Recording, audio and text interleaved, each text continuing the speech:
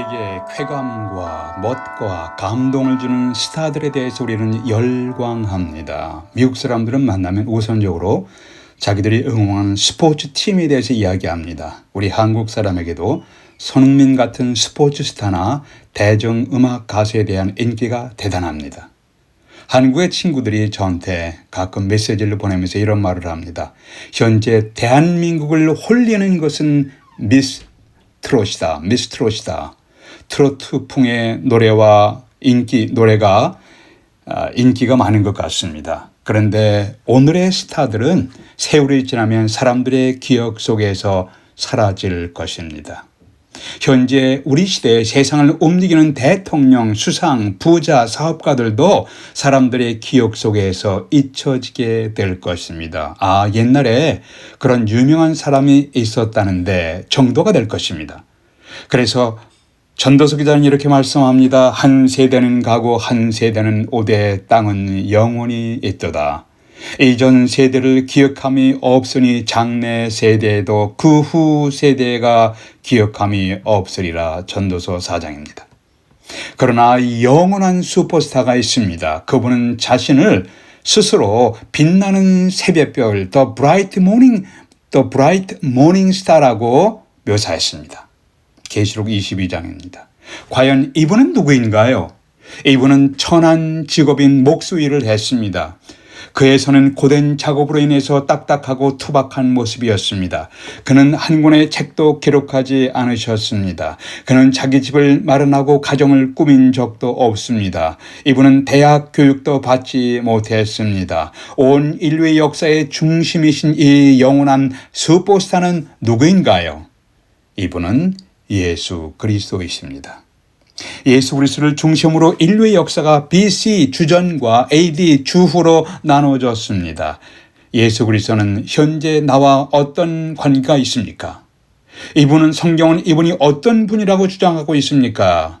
이것이 오늘 메시지의 초점입니다. 첫 번째, 예수 그리스도는 사람이 되신 하나님이십니다. 사람이 되신 하나님. 오늘 말씀 6절과 8절에서 그는 근본 하나님의 본체시나 빌립보서 2장 6절 8절에서 보십시오. 그는 근본 하나님의 본체시나 그리고 말씀하기를 사람들과 같이 되셨고 사람의 모양으로 나타나사 하나님 아버지와 동일한 본질을 갖고 계신 분이 사람이 되셨습니다. 이분이 예수님이시라고 성경은 증거하고 있습니다. 이 예수님에 대해서 사도 요한은 좀 더 자세히 설명했습니다. 요한복음 1장 1절에서 태초에 말씀이 계시니라. 이 말씀이 하나님과 함께 계셨으니 이 말씀과 하나님이 약간 구분됩니다. 이 말씀은 곧 하나님이시니라. 말씀은 곧 하나님이시니라. 인간의 역사가 시작되기 이전에 이미 하나님이 계셨습니다. 그리고 하나님의 말씀이 계셨습니다. 하나님과 하나님의 말씀이 구분되셨습니다. 1장 14절에 보니까 하나님의 말씀이 하나님의 말씀이 육신이 되어 우리 가운데 거하심에 우리가 그의 영광을 보니 아버지의 독생자의 영광이요 은혜와 진리가 충만하더라. 말씀이 육신이 되셨다. 하나님의 말씀이 육신이 되셨다. 이것은 하나님의 말씀이 인간이 되셨다는 의미입니다. 그렇게 인간이 되신 하나님의 말씀이 우리 인간들 가운데 거주하셨습니다. 이분이 누구이신가요? 출애굽기 34장에서 하나님께서 모세에게 자신을 계시하시면서 여호와 하나님은 인자와 진실이 많으신 하나님이로라 하면서 자신을 나타내셨습니다. 여기서 구약적인 표현으로 인자와 진실, loving kindness and truth, 인자와 진실이 많으신 하나님이신데 신약적 표현으로는 은혜와 진리, grace and truth, 은혜와 진리가 충만하신 분이십니다. 하나님의 말씀이 한 인간이 되셨습니다. 죄 많은 인간 중에 거하셨습니다. 그분은 은혜와 진리가 충만하신 분이십니다. 이분이 누구신가요? 요한복음 1장 17절에서 율법은 모세로 말미암아 주신 것이요 은혜와 진리는 예수 그리스도로 말미암아 오는 것이라. 하늘과 땅을 창조하셨는데 아버지 하나님과 함께 동역하신 하나님의 말씀이 유대인 마리아의 태중에 잉태되었습니다. 한 인간으로 이 땅에 태어났습니다. 죄인들 가운데 살아가셨습니다. 이 땅에 하나님의 나라의 복음을 선포하셨습니다. 하나님의 심판 아래 있는 인간들의 죄를 대신 짊어지시고 십자가에 돌아가셨습니다. 그리고 부활하셨습니다. 이분이 누구십니까? 예수 그리스도이십니다. 이 예수 그리스도를 아는 분은, 이분이 어떤 분인 줄 아는 분은, 예수 그리스도를 아는 분은 새로운 인생을 시작합니다. 이 예수 그리스도를 아는 분은 하나님 나라의 비전을 알게 됩니다. 이 예수 그리스도를 아는 사람은 그리스도와 연결되고 유나이트되고 그리스도 안에 있는 영원한 생명을 얻게 됩니다. 이분의 말씀을 듣고 깨달은 사람들은 하나님의 진리의 말씀으로 인하여 감격합니다. 이분은 우리를 죄로 인한 심판과 형벌에서 구원하신 분이십니다. 이제 자신에게 물어보십시오.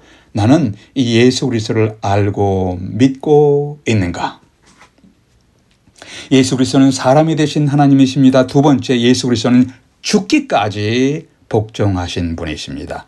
7절, 8절. 빌립보서 2장 7절 8절을 보니까 사람의 모양으로 나타나사 자기를 낮추시고 죽기까지 복종하셨으니 곧 십자가에 죽으심이라.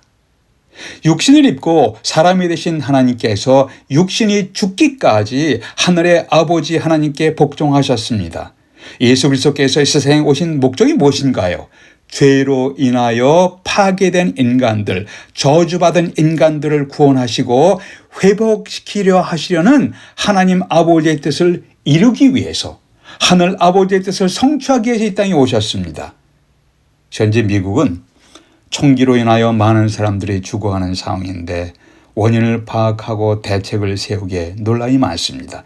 물론 전 세계에 다 죄악이 만연하지만 미국의 예를 들면 총기의 예를 들겠습니다. 초등학교 학생에서부터 중고등학교 학생까지 살해당하는 끔찍한 사건들이 미국 전역에 여기저기서 발생하고 있습니다. 중요한 원인은, 전문가들에 의하면 중요한 원인이 정신질환이다, 분노 통제력 상실 등을 꼽고 있습니다.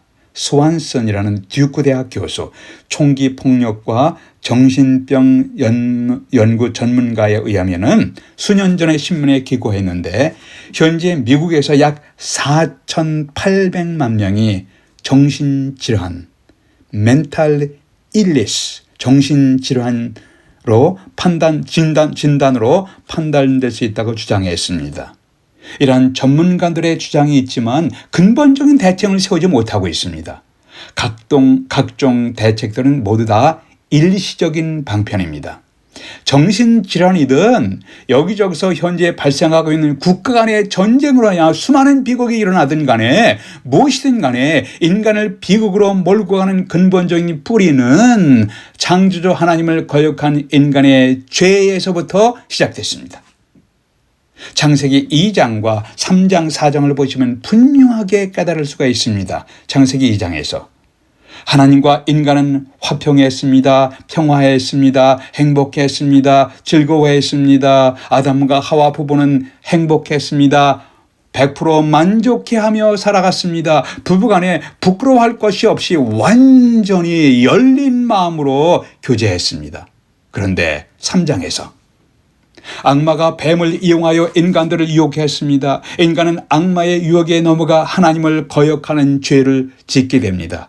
그 이후로 하나님과 인간 관계가 깨졌습니다. 인간과 인간 부부관계도 깨졌습니다. 금이 갔습니다. 서로에게 책임을 전가하며 다투었습니다. 창세기 4장에서 가인과 아벨 형제 간의 살인 사건이 발생했습니다. 인류 최초의 살인 사건은 가정에 형제 간에 발생했습니다. 평화와 안전해야 할 가정이 불안과 다툼의 장소가 되었습니다. 그 이후에 인간의 모든 역사가 바뀌었습니다. 이런 비극의 인간 역사 속에 예수 그리스도께서 이 땅에 오셨습니다. 하나님을 거역한 인간의 죄에 대한 해결책으로 예수께서 십자가에서 온 세상 사람들의 죄의 짐을 대신 지시고 돌아가셨습니다. 십자가의 죽음 시에 예수께서 다 이루었다. It is finished. It is paid라고 하셨습니다. 여기서 사용된 헬라어 테텔레스타이는 상업적인 용어로 빚을 다 갚았다. It is paid라는 뜻입니다. 인간들이 지불해야 할 죄의 대가를 예수 그리스도께서 대신해서 다 갚으셨습니다. 우리를 대신해서 죄의 값을 지불하시고 죄의 심판을 대신 받으신 예수 그리스도를 믿는 자는 죄로 인한 저주, 죄로 인한 심판에서 해방됩니다. 십자가의 죽음은 가장 수치스럽고 가장 잔인한 죽음이었습니다. 그 당시에 강도, 노예, 암살자, 국가 반역자들을 십자가에서 처형했습니다. 유대인이나 로마인에게 가장 혐오의 대상이었습니다. 이것은 너무나 고통스럽고 수치스러울 뿐 아니라 나무에 달려 죽는 자는 하나님의 저주 아래에 있는 자로 간주되었습니다. 어찌해서 왜 죄가 없으신 예수께서 저주의 죽음을 당하셨습니까? 성경 이사야 50장에서 우리는 다 양 같아서 그릇 행하여 각기 제 일로 갔거늘 여호와께서는 우리 무리의 죄악을 그에게 메시아에게 그리스도에게 담당시키셨도다. 히브리서 9장 28절에서도 그리스도께서 많은 사람의 죄를 담당하시려고 십자가에 들이신 바 되었다. 이것이 성경의 증언이에요. 죄악으로 인해 파괴된 우리의 심령을 치료하시고 우리를 죄로 인한 심판에서 구원하시고 하나님과 화목시키기 위해서 자신을 십자가에 죽기까지 복종하신 분이 있습니다. 누구십니까? 예수 그리스도이십니다. 이 예수님을 구원의 주님으로 믿는 자는 죄로 인한 저주의 심판에서 해방되게 하셨습니다. 이제 여러분과 우리 자신에게 물어야 할 질문이 있습니다. 나는 현재 죄로 인한 심판과 저주에서 해방된 상태인가? 예수 그리스도는 사람이 되신 하나님이십니다. 예수 그리스도는 죽기까지 복종하신 분이십니다. 세 번째, 예수 그리스도는 만물이 경배해야 할, 예배해야 할 분이십니다. 빌립보서 2장 9절 11절에서 이러므로 하나님이 그를 지극히 높여 모든 이름 위에 뛰어난 이름을 주사 하늘에 있는 자들과 땅에 있는 자들과 땅 아래에 있는 자들로 모든 무릎을 예수의 이름에 꿇게 하시고, 하늘에 있는 자들은 천사들과 그리스도 안에서 죽어 지금 하나님 나라에 있는 분들을 의미할 것입니다. 땅에 있는 자들은 현재 땅 위에 살고 있는 사람들일 것입니다. 땅 아래에 있는 자들은 악령들과 불신자들의 영혼들일 것입니다.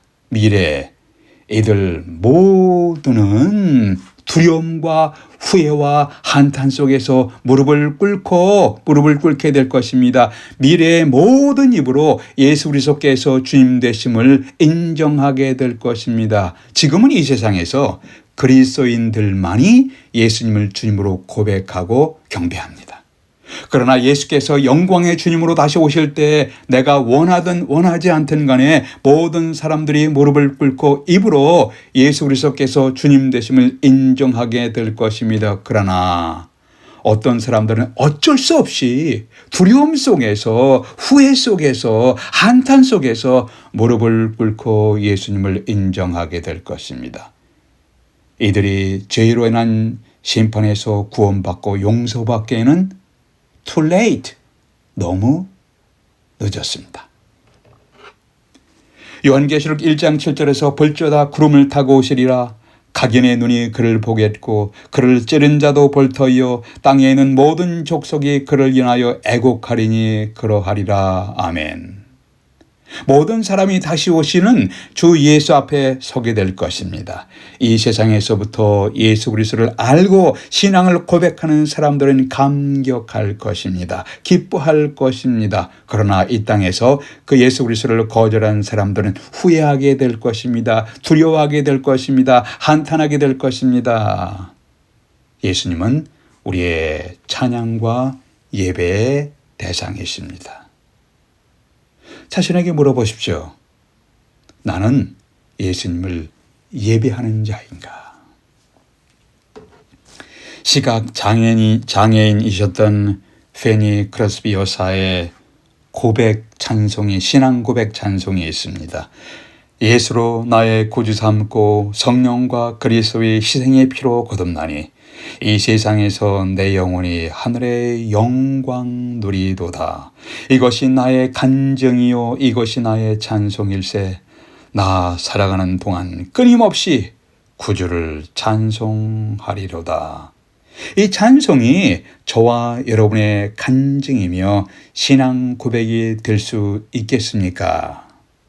기도하시겠습니다. 아버지 하나님, 무엇이 참 진리인지 구별하기 어려운 시대를 저희들이 살아가고 있습니다. 이렇게 혼란한 시대에 예수 그리스도를 확실히 알고 분명한 믿음 가운데 거하게 될 수 있도록 저희들의 발걸음을 인도해 주시옵소서. 우리 주 예수 그리스도의 이름으로 기도하옵나이다. 아멘.